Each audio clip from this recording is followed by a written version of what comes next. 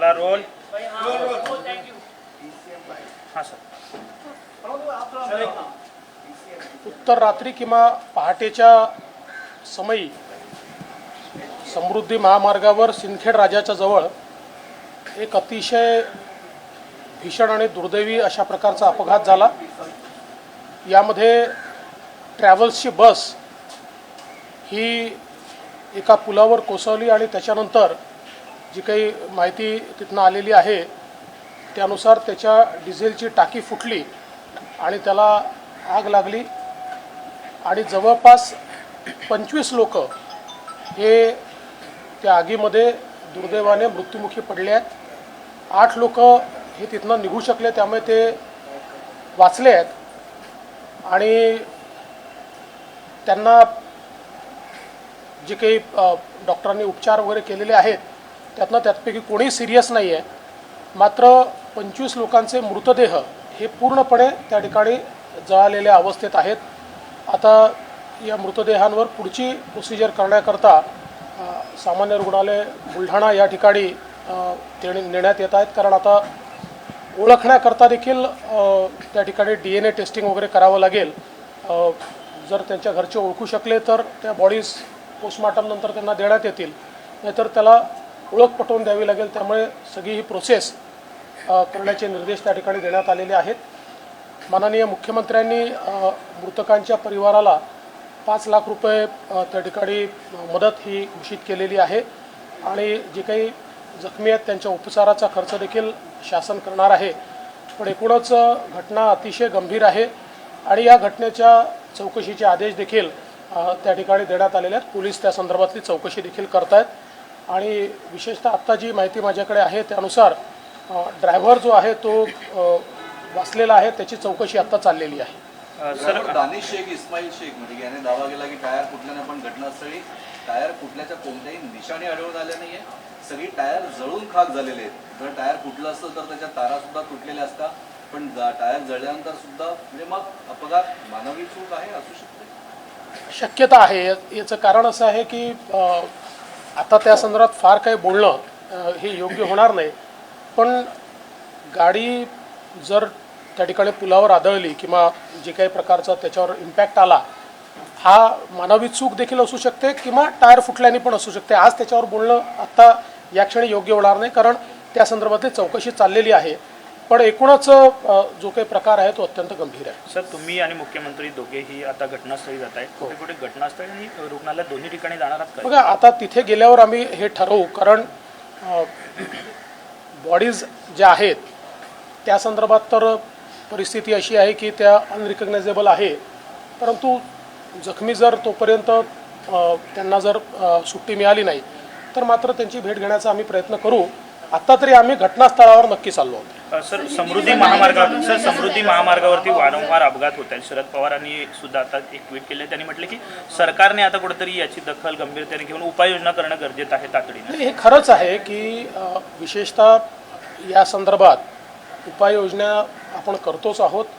त्या ठिकाणी अपघात होणार नाहीत या संदर्भातले मला असं वाटतं की एक स्मार्ट सिस्टीम देखील आपण त्या ठिकाणी बसवतो आहोत, पण त्याला कदाचित काही वेळ लागेल, कारण त्याचा आता प्रोसेस चालू आहे।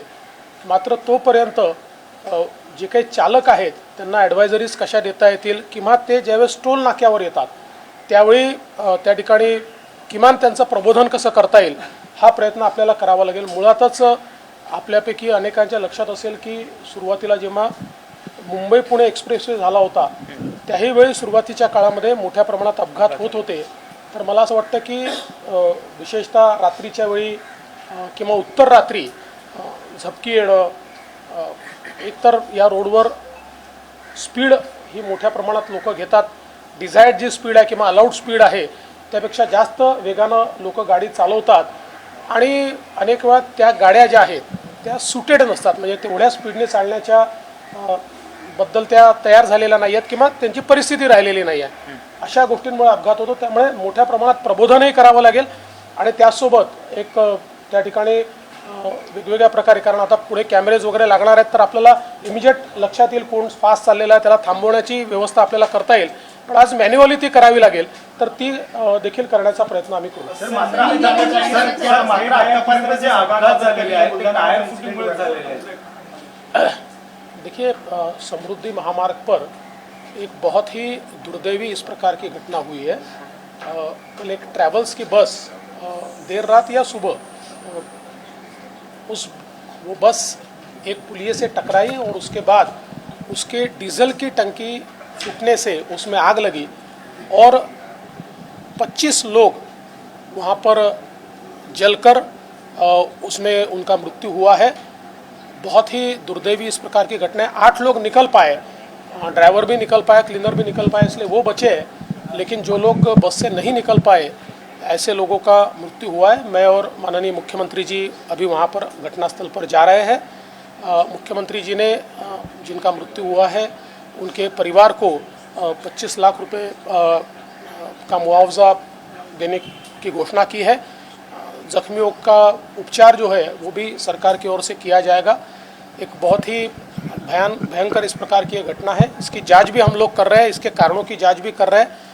जो लोग जिनकी मृत्यु हुई है उनके परिवार के साथ हमारी संवेदना है. सर, जिस तरह से 25 लोग जल के ये हुए हैं सर, कहीं ना कहीं उनकी शिनाख्त किस तरह से की जा रही है, क्योंकि आपने बताया कि पूरी तरह से बॉडी बर्न हो गई. देखिए अभी अगर कोई मार्कर्स के द्वारा उनके घर के लोग उनकी शिनाख्त कर पाते हैं तो फिर बॉडी उनको सौंपी जाएगी. लेकिन अगर ये शिनाख्त नहीं होती है तो फिर DNA टेस्टिंग जैसी भी चीज़ें करनी पड़ेगी. सर, हमने देखा पहले भी इस तरह के इंसिडेंट हो चुके हैं समृद्धि महामार्ग पे, तो कहीं ना कहीं सरकार को ज़्यादा अलर्ट रहने की जरूरत है या फिर कुछ अलग स्मार्ट सिस्टम की आपने बात करी. अजित पवार ने भी एलिगेशंस लगाए हैं कि रोड सेफ्टी का जो है इशू बहुत बढ़ते जा रहा है, कंस्ट्रक्शन जो है वो सेफ नहीं है समृद्धि महामार्ग.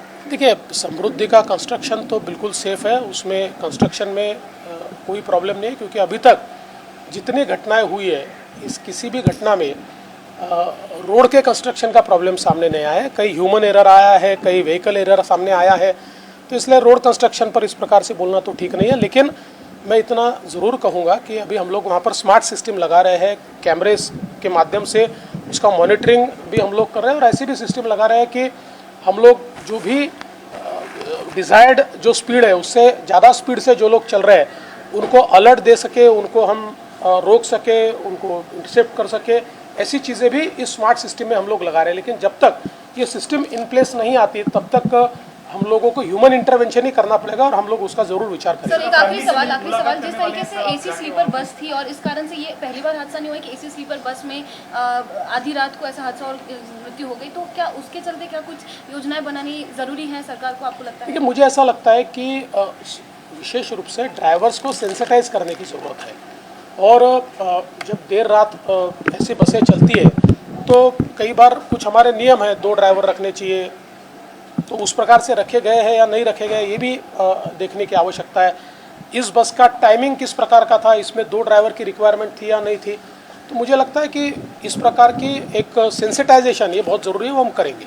सर, एक आखिरी सवाल, मुंबई में भी काफी डेथ्स हो रही है, जैसे सिविक एक्टिविटी हम देख रहे हैं, बारिश को लेकर भी इंफ्रास्ट्रक्चर का कहीं ना कहीं इशू दिख रहा है, हर जगह वाटर लॉगिंग. जबकि सीएम ने भी कंफर्म किया था कि अगर इस बार प्रॉब्लम्स हुई मुंबई के सिटीजन्स को तो फिर वो बीएमसी के जो ऑफिशियल्स है उनको रेजिग्नेशन मांगेंगे, बट ऐसा कुछ दिख नहीं रहा है. देखिए ऐसा है कि मुंबई एक कोस्टल सिटी है और इस कोस्टल सिटी में जब टॉरेंशियल रेन्स होते हैं और उसी समय हाई टाइड आता है तो ऐसे समय पानी निकलने की जगह नहीं होती और इसलिए पानी कई जगह रुकता है.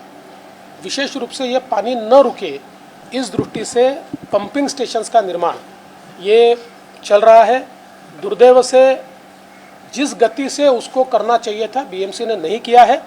जब तक ये पंपिंग स्टेशंस नहीं होते तब तक हम नाला सफाई भी करते हैं, बाकी चीज़ें भी करते हैं, लेकिन तब तक ये पानी रुकेगा नहीं. क्योंकि ये एक ऐसा फिनोमेना है कि जिसको रोकना है तो आपको जितने प्रेशर से हाई टाइड आता है उससे ज़्यादा प्रेशर से पानी फेंकना पड़ेगा या उसको जमा करके फेंकना पड़ेगा. वो व्यवस्थाएं जब तक हो रही है, लेकिन तब तक मुख्यमंत्री जी ने भी यह प्रयास किया है कि कम से कम डिजास्टर हो और जितना हम ज़्यादा पानी निकाल पाए उस प्रकार का प्रयास चल रहा है. बीएमसी को उस प्रकार से निर्देश भी दिए. सर, एक हफ्ते की बारिश में 12 लोगों की मौत हो गई है. देश विदेशातील प्रत्येक घडामोडींचे लाईव्ह अपडेट मिळवण्यासाठी आता साम टीव्हीच्या सर्व सोशल मीडिया प्लॅटफॉर्मला लाईक, फॉलो आणि सबस्क्राईब करा. तसंच सर्व नोटिफिकेशनसाठी बेल आयकॉन प्रेस करायला विसरू नका.